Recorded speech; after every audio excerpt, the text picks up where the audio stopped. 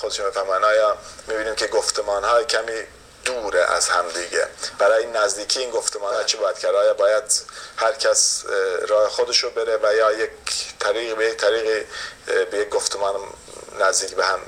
رسید؟ بله، من میخواستم اشاره بکنم به گفته زنده یاد دکتر عبدالرحمن قاسملو که همیشه دموکراسی رو برای ایران مقدم میدونست بر خودمختاری برای کردستان، که این شعار حزب دموکرات کردستان بوده و هست. و این مسئله اینه که تا ما نتونیم این مسئله دموکراسی رو در داخل کشور حل بکنیم و یک پرانتز اینجا من باز کنم، من با این صحبت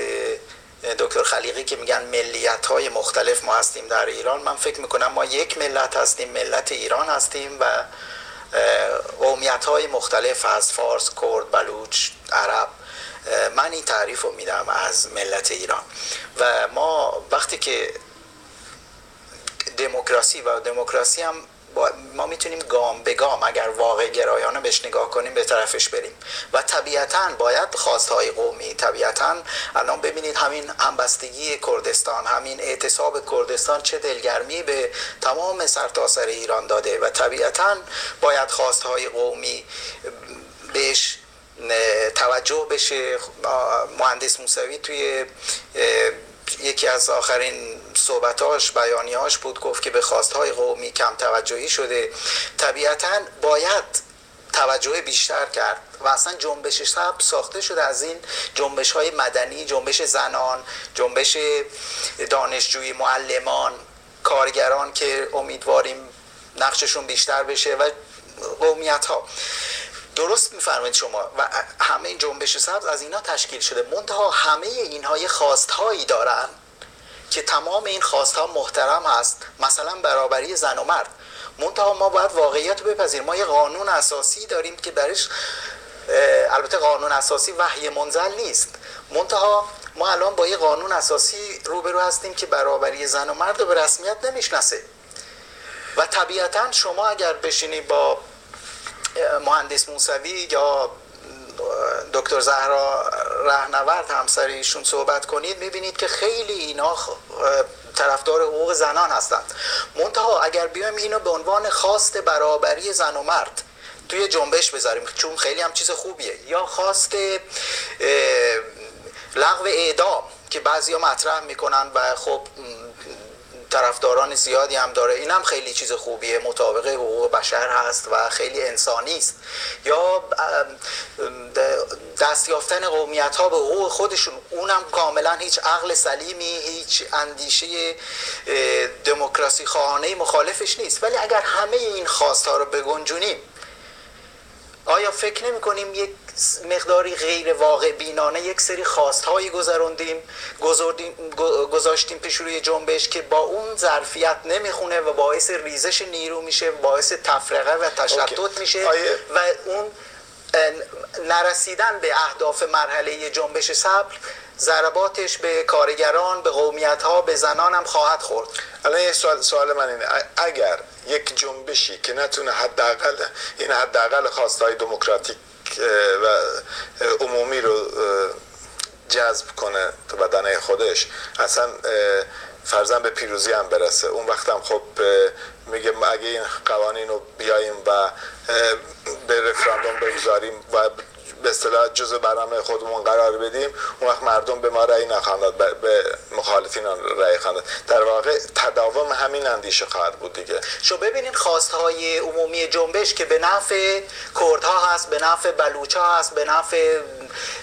عربها هست، به نفع فارسها هست، به نفع طبقه کارگر هست، به نفع روستایی ها هست، چیست؟ انتخابات آزاد، آزادی مطبوعات، آزادی بیان، تمام اینها درست است که وقتی که در کردستان مردم کردستان نماینده خودشون آزادانه انتخاب کنند بدون نظارت استصوابی شورای نگهبان، طبیعتا اون نمایندگان در مجلس سراسری از حقوق کردها دفاع خواهند کرد، طبیعتا فشار خواهند آورد، طرح‌هایی ارائه خواهند داد که حقوق مردم کردستان و بقیه اقلیت‌های قومی بیشتر به رسمیت شناخته بشه و طبیعتا نماینده کارگران و زنان اگر در مجلس نمایندگان واقعی نه دستچین شدگان توسط شورای نگهبان به مجلس راه پیدا کنند، طبیعتا اونا از حقوق زنان و از الان یک سوال دارم، اقشار مختلف دفاع خواهند کرد. یک سوال مشخص دارم به خاطر اینکه بحث روشن‌تر بشه، بعد آقای دکتر خلیق هم نظرشون بگن. شما اصولا این جنبشی رو که هست تحت عنوان جنبش سبز و خب اقشار مختلف، گروه‌های مختلفی دارن شرکت دارن از آن حمایت میکنن، اصولا یک جنبش دموکراسی خواهی برای گذار از جمهوری اسلامی میبینین یا یک جنبشی رو میبینین در چارچوب جمهوری اسلامی و در چارچوب این قانون فقط یک رفرم های داخلی رو به وجود بیاره؟ بله، من اینو یه جنبش در چارچوب جمهوری اسلامی میدونم، برای جنبش اصلاح طلبانه میدونم. البته با اون اصلاح طلبی که تعاریفی زمان آقای خاتمی داشتیم فرق میکنه، چون یه معادله جدید یعنی حضور مردم توی خیابون وارد این معادله شده که مهم است برای پیشرفتش و اتفاقا بنبستی که جنبش سبز در چانه‌زنی در بالا داشت باعث شد که مردم به صحنه بیان و کمک کنن و اون خواستهای که مطرح کرده و مطالبه محوری و اینا رو مد نظر خودش قرار داده. پس این جنبش در چارچوب قانون اساسی جمهوری اسلامی است و من اینجا تکرار میکنم به معنی این نیست که قانون اساسی جمهوری اسلامی بی‌عیب و نقص هست یا تغییر نباید بکنه یه روز. منتها تولد جنبش سبز با انتخابات بود، با رأی من کجاست بود و این کسانی که رفتن در این انتخابات شرکت کردن، کاندید شدن و اونهایی که رأی دادن به هر حال این چارچوب بازی رو پذیرفته بودن تو چارچوب این نظام و رهبران جنبش سبز آقایان موسوی، کروبی بارها تکرار کردند هرچند هستند کسانی که خواستهای فراتر از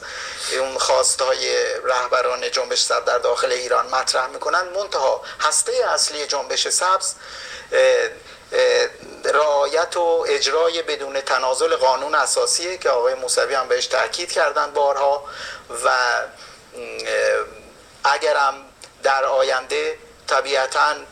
قانون اساسی زمان لازم باشه طبیعتاً تغییرش هم میشه داد، ولی الان در چارچوب قانون اساسی هست و یک حرکت اصلاح طلبانه هست. خب